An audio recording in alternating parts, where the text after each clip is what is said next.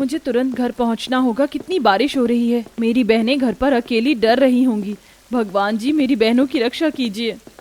साक्षी फटे पुराने कपड़े पहने, हाथ में पाव भाजी लिए तेजी से बारिश के पानी में भीगते हुए भागी जा रही थी। तभी वो एक छोटे से कच्चे घर के बाहर आती है तो उस घर के अंदर से किसी के रोने की आवाज आ रही थी। ये तो दीप्ति गुंजन की आवाज है। अरे बाप रे, क्या हुआ होगा। साक्षी तेजी से उस छोटे से घर के अंदर आती है तो उस घर में एक कोने में साक्षी की 4 छोटी बहनें खुशी, जानवी, गुंजन और दीप्ति, ये चारों कांपते हुए बैठे थे। खुशी की गोद में उसकी 6 साल की छोटी बहन दीप्ति रोते हुए बैठी थी और घर की कमजोर छत से बारिश का पानी घर के अंदर आ रहा था। तभी जोरों की आवाज में बिजली कड़कती है। दीदी। दीप्ति। साक्षी दौड़ते हुए अपनी बहनों के पास जाती है और दीप्ति गुंजन को अपने सीने से लगा लेती है। दोनों बहनें बेतहाशा घबराते हुए रोई जा रही थीं। नहीं नहीं दीप्ति, डरते नहीं, मैं आ गई हूं ना, डरते नहीं। दीदी मुझे बहुत डर लग रहा है। दीदी मैं कब से कह रही हूँ इन दोनों से कि रोना बंद करो, पर ये दोनों है कि मेरी बात सुन ही नहीं रहे। दीदी मुझे बहुत डर लग रहा है। साक्षी की छोटी बहनें दीप्ति, गुंजन और जानवी तीनों खराब मौसम और कड़कड़ाती बिजली को देखकर बेतहाशा रोए जा रहे थे। ये देखकर साक्षी बेहद घबराने लगती है और अपनी बहनों को अपने सीने से लगाकर उन्हें हिम्मत देने लगती है। आ लेके चलूं तुझे ऐसे देश में, आ लेके चलूं तुझको एक ऐसे देश में, मिलती हैं जहां खुशियां परियों के भेष में, मिलती हैं जहां खुशियां परियों के भेष में। हो चांद चाहे जो आधा फिर भी है रोशनी, उम्मीद जो ना छूटे हर बात है बनी। रातों के सुर से निकले सुबह की रोशनी, डर को भगा दे जो ऐसी है रोशनी, डर को भगा दे जो ऐसी है रोशनी। दोनों बहनें रोज की तरह अपनी 3 छोटी बहनों के सामने लोरी गाने लगते हैं। तभी दीप्ति, गुंजन और जानवी तीनों सो जाते हैं। आज भी तीनों भूखे ही सो गए। इतनी मेहनत से मैं तीनों के लिए पाव भाजी लाई थी, पर बारिश के पानी में भीगकर ये भी खराब हो गई। दीदी इनकी भूख से ज्यादा इनका डर इन्हें तकलीफ दे रहा था। पता नहीं कब हमारे जीवन से ये बर्बादी खत्म होगी। इस बर्बादी का कोई अंत नहीं है खुशी। माँ पिताजी के जाने के बाद हमारा जीवन बर्बादी का ही गुलाम बन चुका है। अब हमें ही इस दुख भरे अवसर पर अपनी बहनों का सहारा, इनकी हिम्मत बनना होगा और इन्हें जीने के लिए एक नई राह दिखानी होगी। साक्षी, खुशी, ये दोनों गरीब अनाथ बहनें अपनी 3 छोटी बहनें जानवी, गुंजन और खुशी के साथ चमनपुर गांव में अपने एक छोटे से झोपड़े घर में बैठे अपने दुख भरे जीवन को याद किए जा रहे थे। साक्षी के माता पिता की कुछ दिनों पहले ही एक सड़क दुर्घटना में मौत हो चुकी थी। तब से ये 5 बहनें अनाथ हो चुकी थी। बारिश का मौसम था और बारिश का सारा पानी घर की छत से होकर घर के अंदर आ रहा था। साक्षी इसी तरह रोज अपनी बहनों को लोरी सुनाकर उसके दिल से डर निकालती थी और एक माँ की तरह उन्हें संभालती थी। बहरहाल साक्षी, खुशी पूरी रात अपनी बहनों को अपनी गोद में लिए बैठे रहे। अगले दिन सवेरे, खुशी तुम चारों घर में ही रहना, मैं तुम्हारे लिए चाय लेकर आती हूँ। दीदी आपके पास पैसे हैं? हाँ, कल के पैसों में से कुछ पैसे बचे हैं मेरे पास। साक्षी घर से बाहर आती है और एक चाय की दुकान पर जाकर वहां से 5 चाय लेकर अपने घर आती है और अपनी बहनों के साथ चाय पीने लगती है। अब तो मेरे पास से सारे पैसे खत्म हो गए, अब हम क्या करेंगे? दीदी हर बार की तरह इस बार भी हम घर का कोई सामान बेच देते हैं। ऐसा कब तक करते रहेंगे हम खुशी?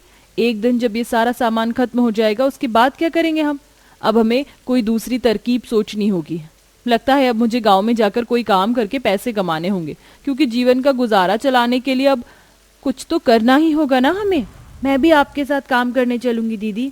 नहीं खुशी, हमारी 3 छोटी बहनें हैं, हम में से किसी एक को हमारी बहनों के पास रहना होगा। मैं नहीं चाहती कि हमारी बहनों को किसी तरह की कोई तकलीफ हो। माता पिता के गुजर जाने के बाद अक्सर बच्चों का यही हाल होता है। उनके सिर पर ममता का हाथ फेरने वाला कोई नहीं रहता। अपनी छोटी बहनों की मासूम सूरत और उनके चेहरे की बेबसी देखकर साक्षी को अपने मन ही मन बहुत रोना आता है, पर बड़ी बहन होने के नाते वो अपनी छोटी बहनों की हिम्मत बनकर उनके सामने अपने हर दुख आंसू को भुलाकर अपनी बहनों की ढाल बनकर उनके सामने खड़ी थी। तभी साक्षी काम की तलाश में गांव में आती है और हर जगह जाकर काम मांगने लगती है, पर गरीब और बच्ची समझकर कोई उसे काम नहीं देता।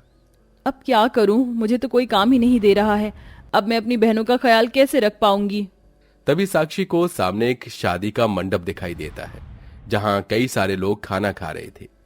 लगता है किसी की शादी का खाना चल रहा है। चलो मैं जाकर चुपके से खाना लेकर आती हूँ और अपनी बहनों को देकर आती हूँ।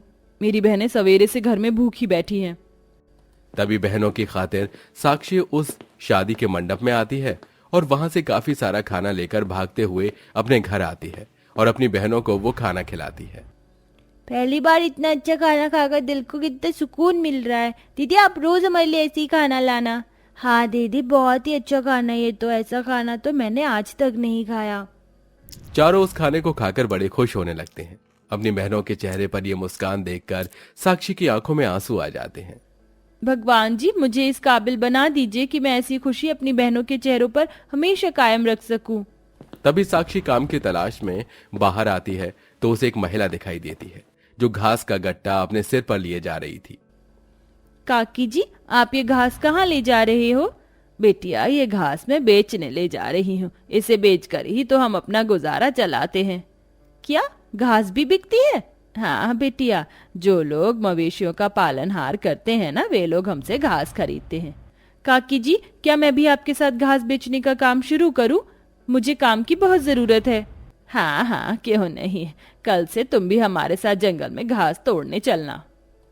साक्षी वहां से चली जाती है। उसके बाद अगले दिन से साक्षी उस महिला के साथ रोज जंगल में आने लगी और बारिश के पानी में भीगकर रोज रोज जंगल से कई सारी घास तोड़कर लाने लगी और उस घास को गांव के व्यापारियों को 50 रुपए 100 रुपए दाम में बेचने लगी और उन पैसों से पेट कूट काट कर अपनी बहनों के साथ अपना गुजारा करने लगी।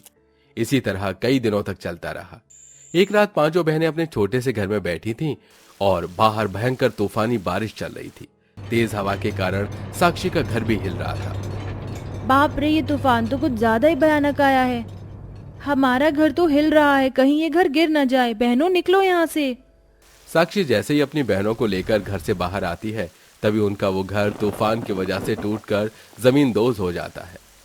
हमारा घर तो टूट गया, अब हम कहाँ रहेंगे। तभी पांचों बहनें उसी खुले मैदान में रात भर बारिश के पानी में भीगते हुए बैठे रही। अगले दिन सवेरे रात भर पानी में भीगने से दीप्ति गुंजन को बहुत तेज बुखार आ चुका था। दीदी इन दोनों को तो कितना तेज बुखार आ गया है। खुशी चल हम इन्हें डॉक्टर के पास ले जाते हैं। साक्षी अपनी बहनों को डॉक्टर के पास लेकर जाती है और दवाई देकर उसे खुले मैदान में आकर बैठ जाती है। घर तो रहा नहीं, अब कहाँ रहेंगे हम। दीदी हम सब उस स्कूल की छत के नीचे जाकर बैठ जाते हैं। पांचों बहनें एक स्कूल के पास आकर बैठ जाती हैं। तभी साक्षी घास लाने जंगल में आती है और वहां से कई सारी घास तोड़कर अपने सिर पर रखकर गांव में आने लगती है। तभी बारिश शुरू हो जाती है। अब घास सिर पर होने से साक्षी को बारिश का पानी नहीं लगता। घास की वजह से तो मैं पानी में भीग ही नहीं रही हूँ। ये घास तो मुझे पानी से बचा रही है। तभी साक्षी के मन में एक उपाय आता है। अगर मैं घास से ही एक घर बना लूं तो हमें तो बारिश का पानी भिगा भी नहीं पाएगा और घास तो मुफ्त में ही मिलती है। हाँ ये सही रहेगा। अब मैं घास और लकड़ियों से ही अपना एक घर बना लेती हूँ। तभी साक्षी वो घास लेकर अपनी बहनों के पास आती है और खुशी जानवी के साथ जंगल में आकर फिर से कई सारी घास और लकड़ियां तोड़कर लाती है और इसी तरह 3 से 4 दिनों में साक्षी और उसकी बहनें कई सारी घास और लकड़ियां इकट्ठा कर लेती हैं। चलो घास लकड़ियां तो जमा हो गई, अब फटाफट गड्ढे खोदकर लकड़ियां लगाते हैं। तभी पांचों बहनें मिलकर एक खुले मैदान में गड्ढा करने लगती हैं। एक बहन गड्ढा खोद रही थी तो दूसरी उसे अपने हाथों से पानी और खाना खिला रही थी। एक लकड़ियां गाड़ रही थी तो दूसरी उसे सहारा दे रही थी। इसी तरह पांचों बहनों के साथ से वो एक शानदार छोटा सा घास का घर बना लेते हैं। उस घर की दीवारें भी घास और लकड़ियों की थीं और उसकी छत भी घास और लकड़ियों की थी। रात का समय, तेज तूफानी बारिश चल रही थी और पांचों बहनें अपने घास के घर में बैठी थीं। उनके घर में एक भी बूंद बारिश की नहीं आ रही थी। इस घास के घर में तो बारिश की जरा सी भी बूंदें नहीं आ रही हैं। आखिर हमारी मेहनत रंग लाई और हमें भी सर छुपाने के लिए घर मिल गया। दीदी अब अपना घर तो बन गया, तो अब कल से मैं भी आपके साथ घास बेचने आऊंगी ना। उसके बाद अगले दिन से साक्षी और खुशी दोनों जंगल में घास तोड़ने जाने लगे और घास बेचकर अपनी बहनों के साथ अपने उस घास के बने घर में रहकर खुशी खुशी अपना जीवन बिताने लगे।